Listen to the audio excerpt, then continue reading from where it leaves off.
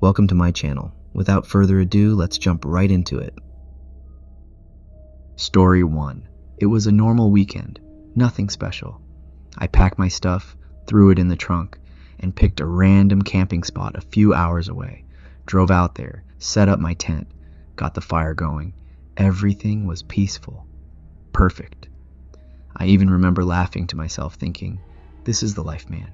No stress, no work, just the sound of the fire crackling and the wind in the trees. Then at some point I heard it, a whistle. Now I know what you're thinking. Probably some camper nearby, right? That's what I thought too, but the thing is, it didn't sound normal. It wasn't like someone just whistling a tune. It was slow, drawn out, almost like it was calling something. I looked around, but I didn't see anyone. My camp was kind of off to the side, away from the main trail, so I didn't expect people to just wander through, but, whatever. Maybe some hiker was just messing around. I ignored it, kept eating, kept enjoying my night. Then it happened again, this time closer. I grabbed my flashlight and shined it into the trees.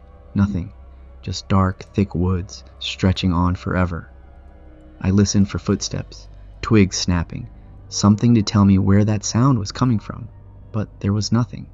Just that damn whistle, slow and careful, like it was waiting for something. Now, I'm not stupid. I know when something feels off. So I grabbed some wood, threw it in the fire, made it burn brighter. I don't know why, but it felt like I needed more light. Like whatever was out there shouldn't have a place to hide, and for a while, it worked. Everything went quiet. I even laughed to myself, shaking my head, thinking I was just being paranoid. Maybe it was a bird, or the wind playing tricks. But then, as I was about to turn in for the night, I heard something else. A voice. It came from the trees, soft, but clear. Hello? I froze. It was Hmong.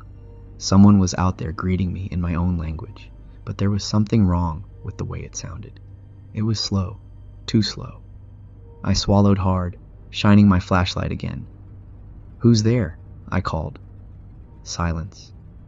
Just the sound of my own breathing and the crackling of the fire. I took a step forward, trying to listen for anything. That's when I saw it, a figure standing between the trees. I thought it was just another camper, maybe some Hmong dude who happened to be in the same area, but then I noticed it wasn't moving. It just stood there, half hidden in the dark. I squinted, trying to get a better look. The firelight barely reached that far, but I could make out the shape of a person. And then it hit me. They weren't standing, they were hanging. My stomach dropped. The figure was swaying slightly like it was hanging from a rope. But there was no rope, no tree branch above it, just empty space. My hand clenched around the flashlight. Every part of me was screaming to run, but my legs wouldn't move. My brain kept trying to make sense of what I was seeing. Through the light of the flashlight, I could sort of see his face. Then the figure twitched, and slowly, so painfully slow, its head tilted to the side. I don't know how, but I swear it was looking at me. And then it smiled. I stumbled back so fast I almost fell into the fire. My heart was pounding. My breath caught in my throat. But when I looked again, nothing. The figure was gone. I stood there shaking, my flashlight trembling in my hands. My mind was racing, trying to come up with an explanation. Maybe I was just tired. Maybe the firelight was playing tricks on me. But then I heard it again, the whistle, right behind me. I spun around so fast I nearly dropped my light, but there was no one, just my tent, my gear, and the endless black of the woods. I couldn't stay. I didn't care if it was the middle of the night. I wasn't about to spend another out there. I grabbed my keys, shoved whatever I could into my bag, and left the rest behind. I didn't stop driving until I reached my pavement. The next day, I tried to tell myself it was just my imagination, that I was just seeing things. But then I talked to my uncle. He's old, knows all the old Hmong stories, all the things our people whisper about but never say too loud. I told him everything. He was quiet for a bit, and then he told me to stay inside the house and not go anywhere for 3 days. He told me it was just a safety measure in case it followed me back. For 3 days, I just stayed inside. I even called off work, saying that I was very sick. After 3 days, when nothing happened, I finally went back to work. Story 2. It was one of those long weekends, the kind where everyone gets excited to take a break. My cousins and I packed up our gear and drove out to a spot in the woods. Not a regular campsite, no cabins, no marked trails, none of that. Just a place we heard about from someone else deep in the forest where no one else goes. That was the whole point. We wanted to be alone, away from the noise of the city, just us and the wild. Everything was normal at first. We set up our tents, gathered wood, and got the fire going. The sun was still up and we were just messing around, talking, laughing, enjoying the fresh air. It was peaceful, the kind of quiet that makes you feel like the world isn't so bad after all. But then, as the sun started going down, something started feeling off. It wasn't anything obvious, just small things. The way the trees didn't move, even when the wind picked up. The way the fire flickered strangely, like it was being pulled in different directions.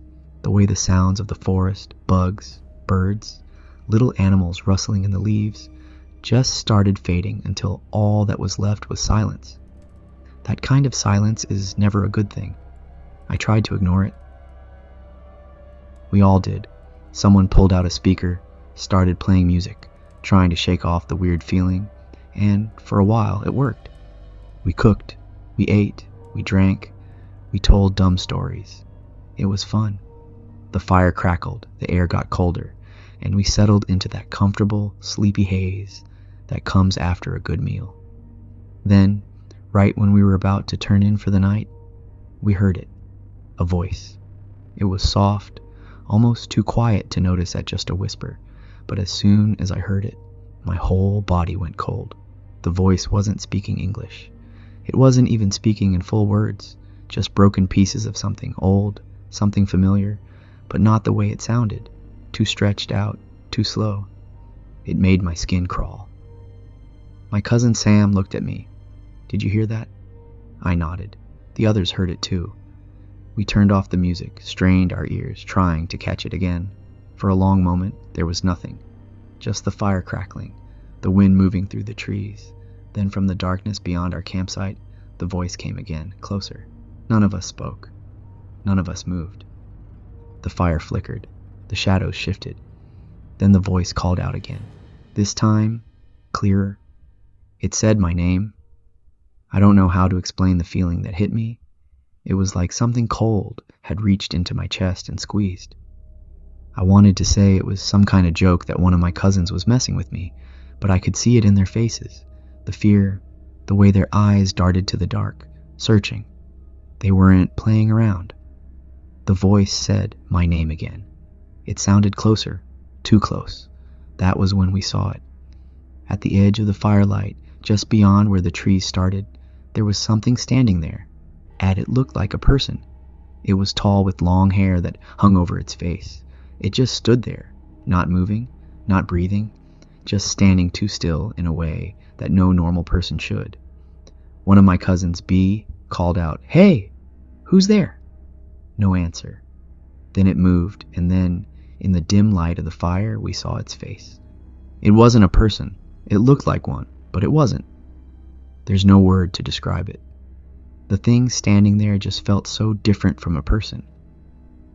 That was when the whispering started again, but this time, it wasn't coming from just one voice.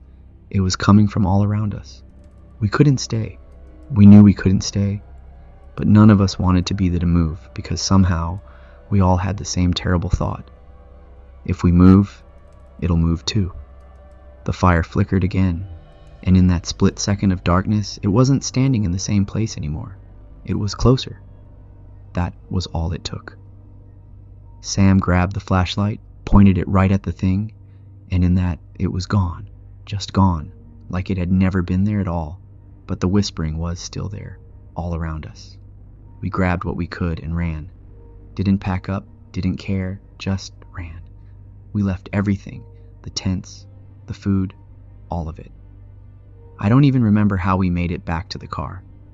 Just that we kept running until we were inside, locking the doors, peeling out of there as fast as we could.